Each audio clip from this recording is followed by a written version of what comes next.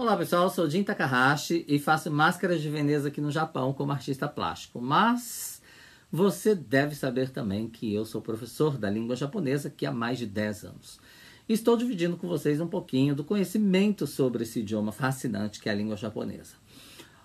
Dentro da língua japonesa a gente tem várias palavras que elas são ditas da mesma forma, têm a mesma pronúncia, porém com significados diferentes de acordo com o seu ideograma, de acordo com elas são escritas, tá? Com o kanji.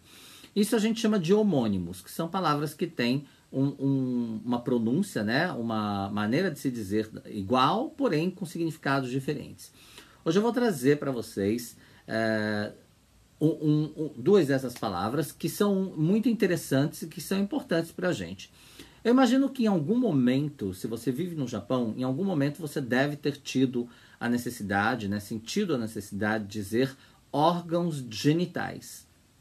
Então, por exemplo, a gente aprende aí no dia a dia, na vida cotidiana, a dizer os órgãos genitais masculinos e femininos separadamente. Mas quando você quer se referir ao órgão genital para um médico, você vai a um ginecologista, por exemplo, e você precisa dizer, né, olha, estou tendo algum problema com o meu órgão genital, enfim, se você tem um filho, né, ou uma filha que você precisa levar ao médico e precisa que o médico dê uma examinada no órgão genital dessa criança, é importante que você saiba como dizer isso, porque existem maneiras diferentes de se dizer. Uma coisa é você falar coloquialmente isso, outra coisa é quando você vai ao médico e precisa se direcionar, né, para o médico explicar que você precisa que o órgão genital do seu filho seja examinado.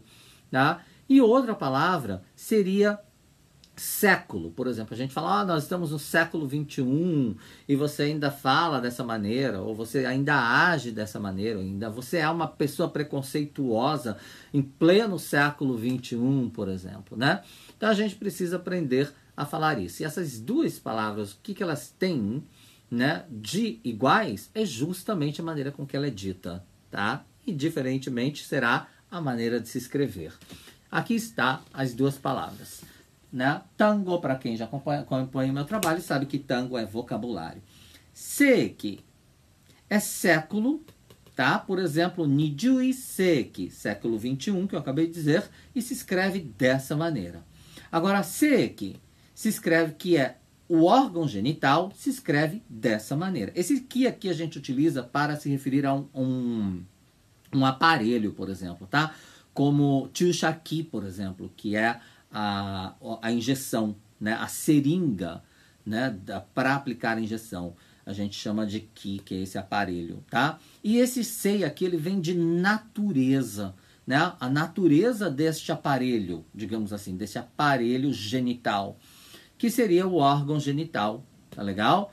Eu coloquei aqui para vocês a palavra sebetsu, para vocês entenderem que este se aqui de natureza, tá? E betsu vem de betsu, betsu, que é de separado, por exemplo, seria, por exemplo, para a gente a distinção do sexo, ou seja, masculino ou feminino. Então, o sebetsu de um bebê, por exemplo, akachan no sebetsu a, por exemplo, onanoko desu, por exemplo, otokonoko desu, por exemplo, otoko, onna, né? Masculino, feminino, que seria aí o nosso sebetsu, ok? Para vocês entenderem, então, que aqui nós temos um homônimo que fala seiki para ambos, porém se escreve diferente e se lê, e tem, obviamente, um significado diferente, tá legal? É importante a gente saber disso, caso você necessite se referir, né, aos órgãos genitais do seu filho, ou até mesmo de você mesmo, para um médico ou em alguma situação em que você precisa utilizar deste vocabulário.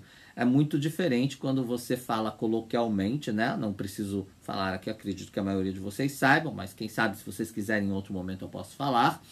Mas aqui o que eu quero dizer para vocês é como se referir ao órgão genital como um todo, se você tiver que falar para um médico, ok? Seiki, essa seria a palavra. E seiki também para século, né? Século 21. Nijui Seiki, que é o que nós vivemos hoje, o século 21. Tá legal? Bom, fica aqui a dica então para vocês sobre vocabulários dentro da língua japonesa. Espero que você tenha curtido isso, espero que você utilize isso, espero que você possa compartilhar aí com seus amigos para que eles também tenham essa informação, tá? E a gente se vê no próximo vídeo falando sobre a língua japonesa. Até mais. Já né?